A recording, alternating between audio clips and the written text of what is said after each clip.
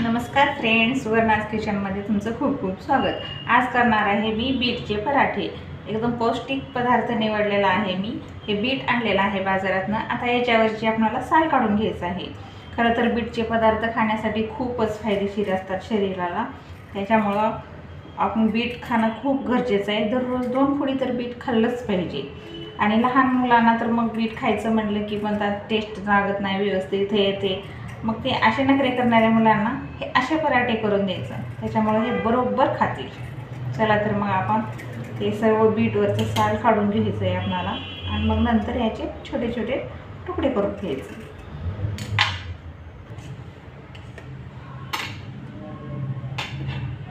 हे बघा, बीटची साल काढून मी सर्व स्वच्छ धुवून घेतलेला आहे। आता ह्या बीटच्या आपण छोटे छोटे तुकडे करायचे आणि हे नंतर आपल्याला मिक्सरमध्ये वाटून घ्यायचे।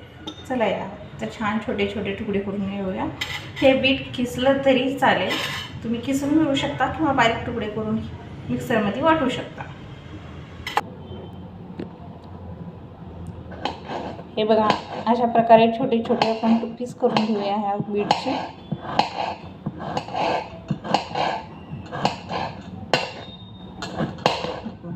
आपण छोटे छोटे तुकडे केले तर मिक्सरला पण लवकर वाटेल आणि बारीक पण वाटेल, त्याच्यामुळे आपल्याला हे असं चिरून घ्यायचं आहे।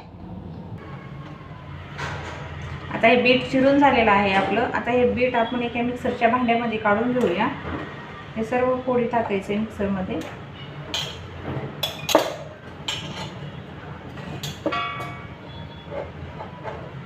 आणि याच्यात टाकायचं आहे आपल्याला हिरवी मिरची। हिरवी मिरची ऑप्शनल आहे, तुम्हाला हिरवी मिरची टाकायची असली तर टाका, किंवा नाही टाकलं, लहान मुलांना खायला करायचं असलं तर नका टाकू, फक्त एखादी मिरची चवीपुरती टाकायची। आता मी सगळ्यांनाच मोठ्यांना पण करते, त्याच्यामुळे हे 4 हिरव्या मिरच्या टाकते। आणि ह्याच्यात टाकायचे परत लसण पाकळ्या। लसण पाकळ्यात एक 10-12 लसण पाकळ्या टाकून घेऊया। आणि हे हिरवी कोथिंबीर पण टाकूया, कारण छान लागते कोथिंबीर। आता हे छान मिक्सरच्या भांड्यामध्ये एकदम बारीक वाटून घ्यायचे। हे बघा, बीट छान वाटून घेतलेलं आहे हे अशा पद्धतीने।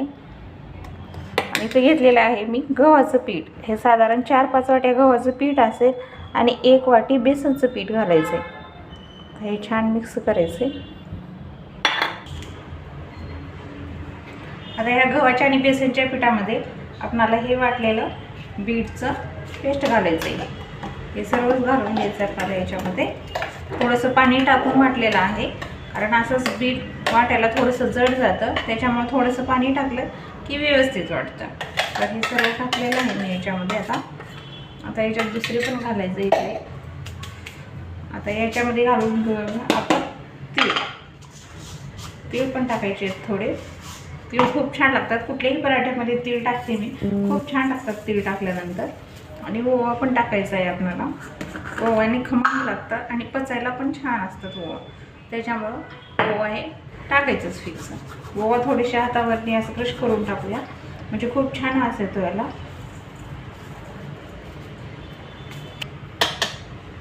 ओवा टाकल्यानंतर याच्यात टाकायचं आहे आपल्याला थोडीशी मुठभर हळद।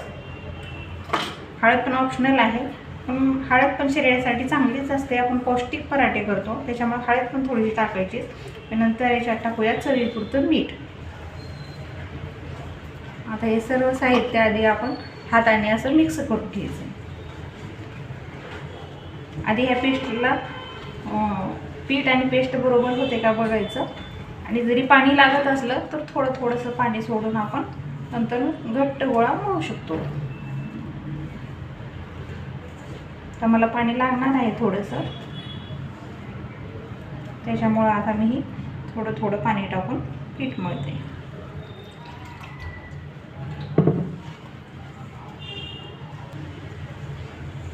बऱ्याच मुलांना बीट खायला अजिबात आवडत नाही, त्या मुलांसाठी हे असे पराठे करणं खूप छान। आपण याच्यात गाजराचं पण पेस्ट करून टाकू शकतो।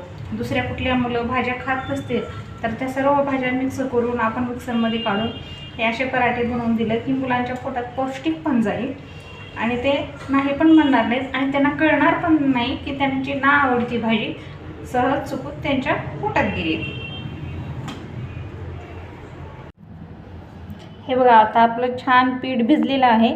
आता हे पीठ मळून आपल्याला 10 ते 15 मिनिट झालेलं आहे. आता थोडंसं तेल लावून आपण ह्याला परत अजून एक वेळेस मळून घ्यायचे, छान मऊ होईल अजून.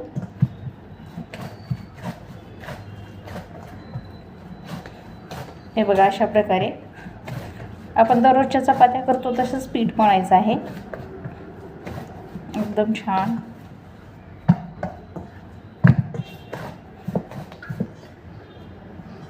चला आता पीठ आपलं छान झालेलं आहे. परत एकदा मळून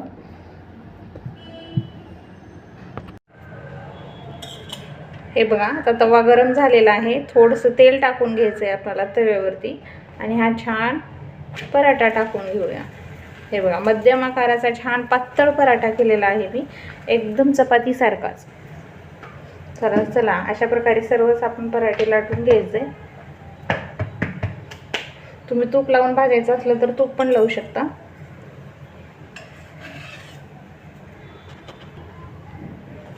हे बघा आपला पराठा किती छान फुगतोय, आहे ना सुंदर. हे पहा दोन्ही साईडनं आपण तेल लावून छान भाजून घेऊया. आणि तुम्ही दह्यासोबत किंवा मिरच्याच्या ठेच्यासोबत किंवा केचप सोबत कशासोबतही खाऊ शकता.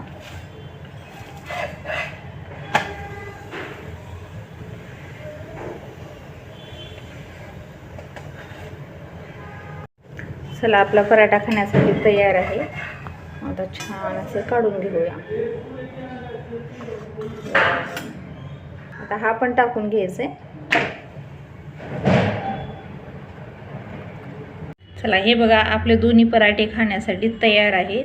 हे बघा किती सुंदर झालेले आहेत. आणि हा हिरव्या मिरचीचा ठेचा.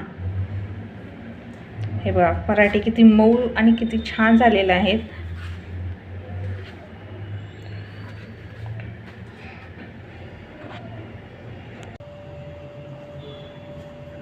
हे बघा मस्त गरमागरम पराठे तयार. बघते कसे झाले खाऊन. मस्त मिरचीच्या ठेचासोबत तर खूप सुंदर लागतात.